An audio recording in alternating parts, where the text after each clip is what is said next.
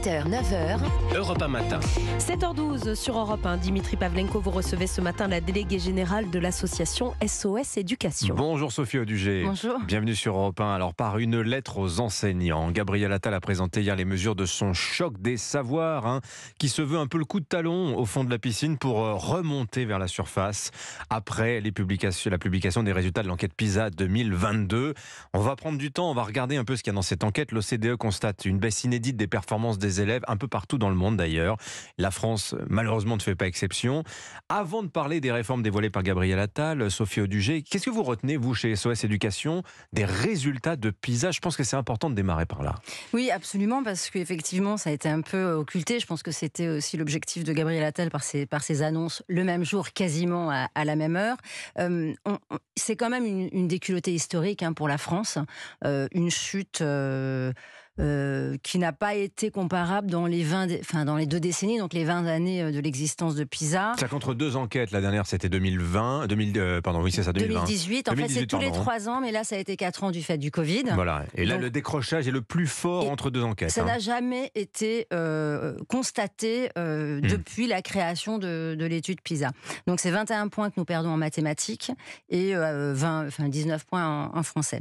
Ce qui est marquant, alors effectivement vous l'avez dit, beaucoup de pays ont baissé, mais moins que la France. Et ce qui est particulier en France, c'est que la chute les chutes se succèdent notamment en français. Oui. Ce qui fait qu'on atteint un niveau quand même qui est très faible. Et quand on se compare aux pays de la moyenne de l'OCDE, qui est souvent la référence donnée, on est dans la moyenne de l'OCDE. L'OCDE a rappelé dans sa conférence de presse un élément qui est important, c'est que sur 80 pays qui sont étudiés, il y en a quand même plus de 50 qui sont des pays beaucoup plus défavorisés et beaucoup moins développés que la France. Je rappelle une chose, c'est que PISA teste, alors c'est pas de la récitation, on teste la capacité des élèves à utiliser leurs compétences dans les situations de vie réelle. En fait, absolument. Voilà, est-ce que vous comprenez ce que vous lisez? Est-ce que vous êtes capable de faire une addition? Très concrètement, ça sert à ça, PISA.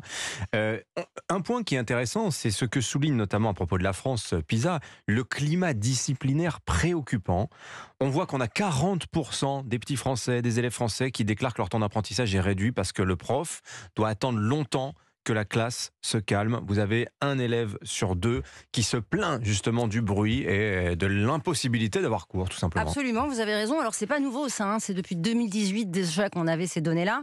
Ce qui est marquant aussi dans cette édition PISA, c'est la mise en perspective des inégalités sociales en France. On est le plus mauvais pays pour enrayer les inégalités sociales. On est le pays qui a le plus fort lien entre le niveau socio-économique des parents et les mauvaises performances des élèves. Je vous donne un exemple qui me semble quand même frappant, c'est que les élèves défavorisés en France ont le niveau le plus bas, c'est-à-dire le niveau de la Moldavie ou du Kazakhstan, alors que les élèves favorisés en France ont le niveau du Japon et de la Corée, c'est-à-dire des meilleurs pays du monde. 2e et 3e pays voilà. les plus performants. Absolument. Un autre élément très important qui a été marqué et qui a été évoqué donc à la conférence de presse et surtout dans le rapport, c'est qu'on a 67% des élèves scolarisés en France dont les proviseurs affirment que les enseignements ont été entravés par le manque d'enseignants. 67%, là je vous donne une comparaison.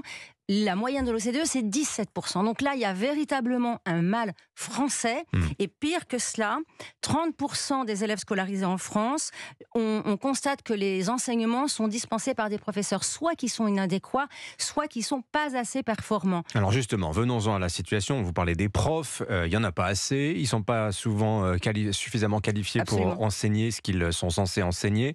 Ce choc des savoirs voulu par Gabriel Attal, précisément, il commence par ça. Il dit qu'il faut redonner la main aux enseignants. C'est vous qui devez prendre la décision en cas de redoublement. C'est vous qui fixez les notes. Est-ce que c'est par là qu'il faut commencer, selon vous, Sophie Audugé? Alors, c'est effectivement de très bonnes mesures. Je pense qu'on est dans la majorité des parties prenantes du système éducatif vont saluer les mesures qui ont été prises par Gabriel Attal. Je dirais qu'en fait, Jean-Michel Blanquer l'a rêvé, Gabriel Attal le fait, en gros. Donc, Gabriel Attal revient avec les neurosciences.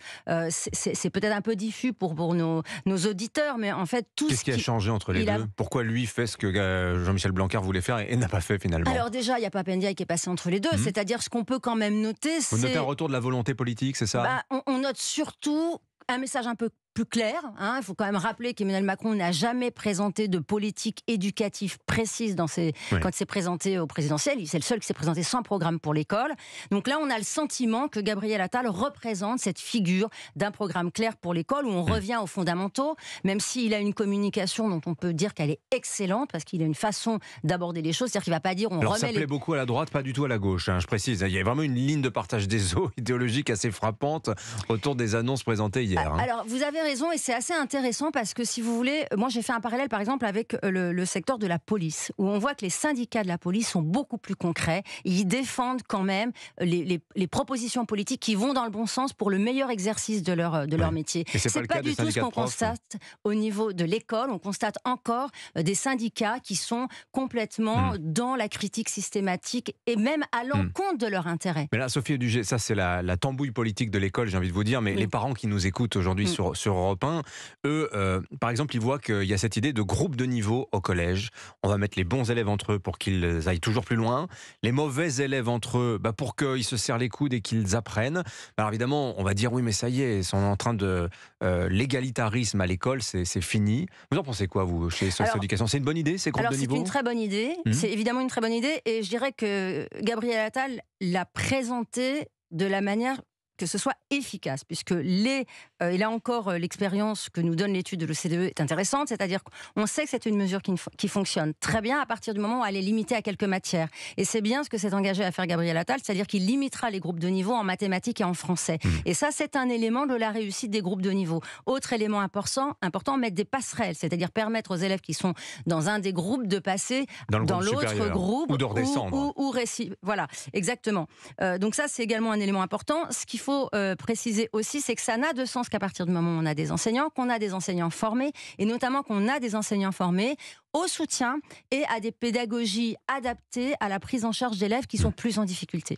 Voilà. Et des groupes de faible effectif, puisqu'il s'est engagé à ce qu'il n'y ait que 15 élèves pour les groupes de niveau en difficulté. On a terminé, mais je le signale pour les auditeurs, il y a aussi, on en parlera tout à l'heure avec Vincent Trémollet de Villers, cette idée que le brevet doit redevenir un examen qui détermine votre passage en seconde ou pas.